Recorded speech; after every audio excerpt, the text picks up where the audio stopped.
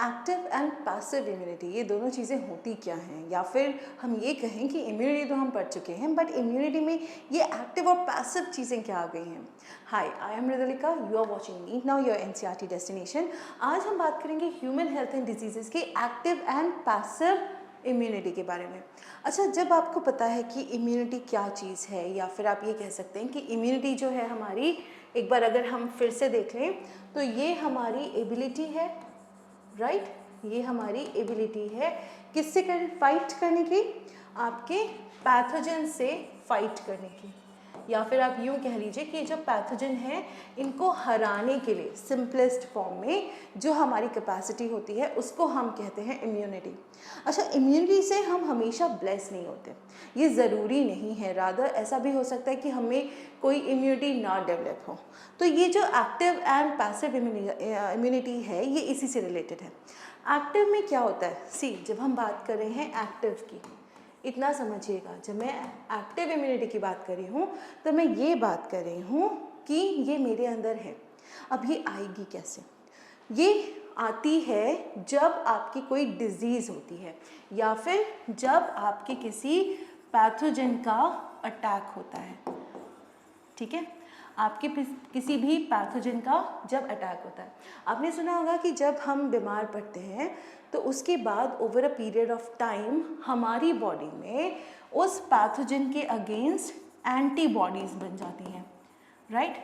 अब ये एंटीबॉडीज़ क्या होती हैं, एंटीबॉडीज़ जो होती हैं ये आपकी बहुत स्पेसिफिक प्रोटीन्स होते हैं जो कहीं ना कहीं आपके मेमोरी सेल्स की तरह काम करते हैं, और अगर फ्यूचर में ऐसा हो कि ये अटैक दोबारा हो तो ये जो आपके प्रोटीन्स एंटीबॉडीज़ बने थे ये पैथोजन को ख़त्म कर देते हैं। ख़त्म कर देते हैं इन द सेंस कि उनको पता है कि इनको हराना कैसे है, ठीक है। जैसे फाइट अगर हो रही है, सो मुझे ये पता है कि मैं क्या करूं कि ये हार जाए।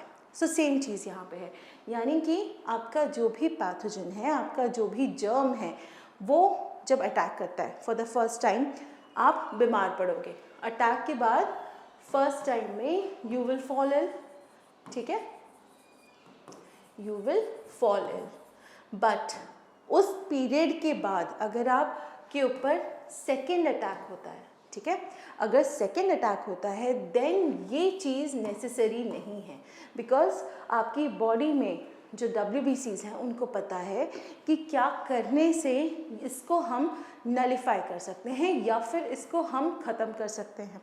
अब जो मुझे ये पता है तो ऑब्वियस सी बात है कि my WBCs, my body will take care कि हमें बीमार नहीं पड़ना है। एंटीबॉडीज़ जो होती हैं ये हमारे एक तरीके से मेमोरी सेल्स में आप समझ लीजिए स्टोर हो जाती हैं। ये ज़रूरी नहीं है कि ये थ्रू आउट आपके में एक्टिवली रोम करती रहेंगी बॉडी में।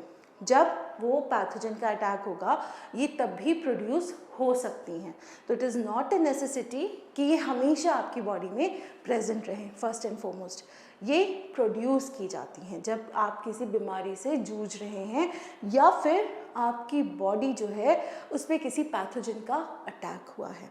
सो इन अ वे वी कैन से कि एक्टिव इम्यूनिटी हम अपने आप क्रिएट करते हैं। जैसे टाइफाइड, ठीक है, टाइफाइड की मैं बात करती हूँ, राइट।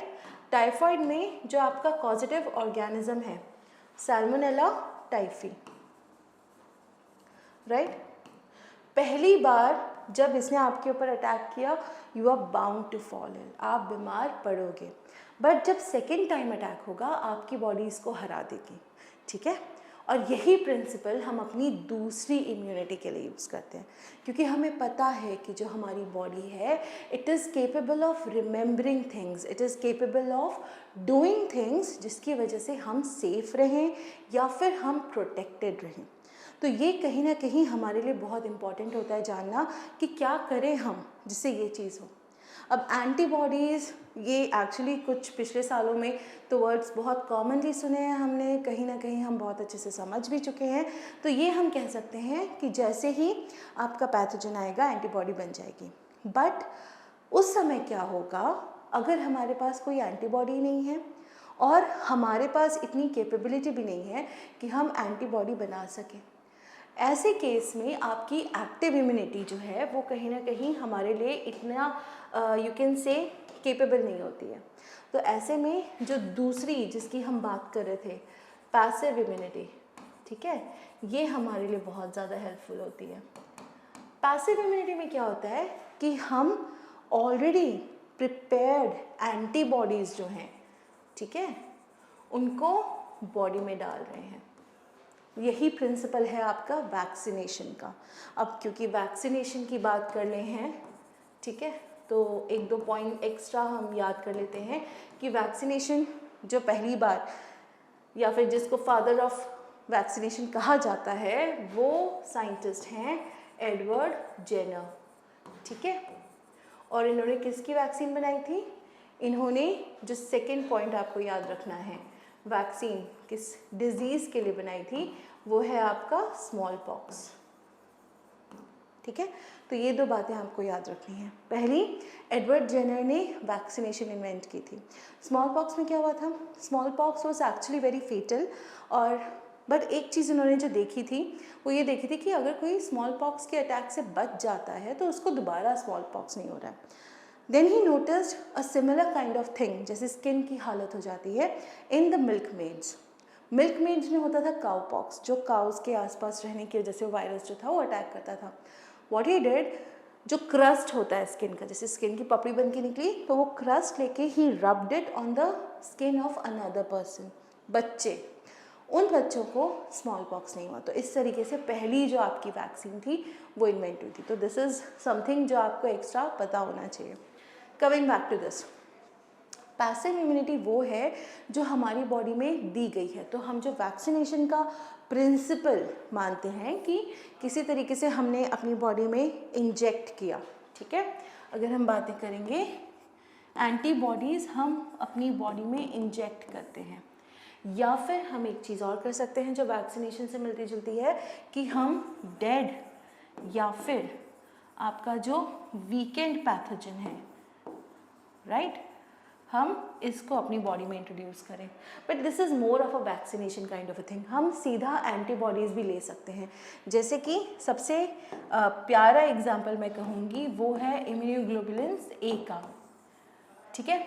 ये एक मदर अपने बेबी को थ्रू मिल्क देती है, और वो मिल्क जो होता है वो होता है कोलोस्ट्रम, पहला मिल्क, ठीक है, जो फर्स्ट डिस्चार्ज होता है मदर के ब्रेस्ट से for the baby, that is known as colostrum. Colostrum is highly supplied with antibodies richly with these, ताकि बेबी जो जस्ट अभी दुनिया में आया है उसके लिए बहुत ज़्यादा दिक्कतें ना हो, एंड ही और she is able to fight off the disease. अगर कोई इन्फेक्शन या ऐसी चीज़ है तो उससे वो लड़ तो सके। इनिशियली कोई पुश तो चाहिए। तो इस तरीके की जो इम्यूनिटी होती है, जो आपको कहीं और से मिली होती है, जो एक तरीके से आप कह सकते हो कि आपने पाई है, उसको हम कहते हैं पैसिव इम्यूनिटी, या आपने नहीं बनाई है। एक्टिव के केस में आपके सेल्स जो थे वो एक्टिवली इन्वॉल्व थे। यहाँ पे you have already got them readymade, आपने यहाँ पे कोई मेहनत नहीं की है, ठीक है। So this was all about your active and passive immunity. I hope it is clear to you all. अगर कोई प्रॉब्लम है, do comment down and let me know so that I can answer them. Till then I will meet you again, but उसके लिए make sure you subscribe and press the bell icon. Take care. Thank you.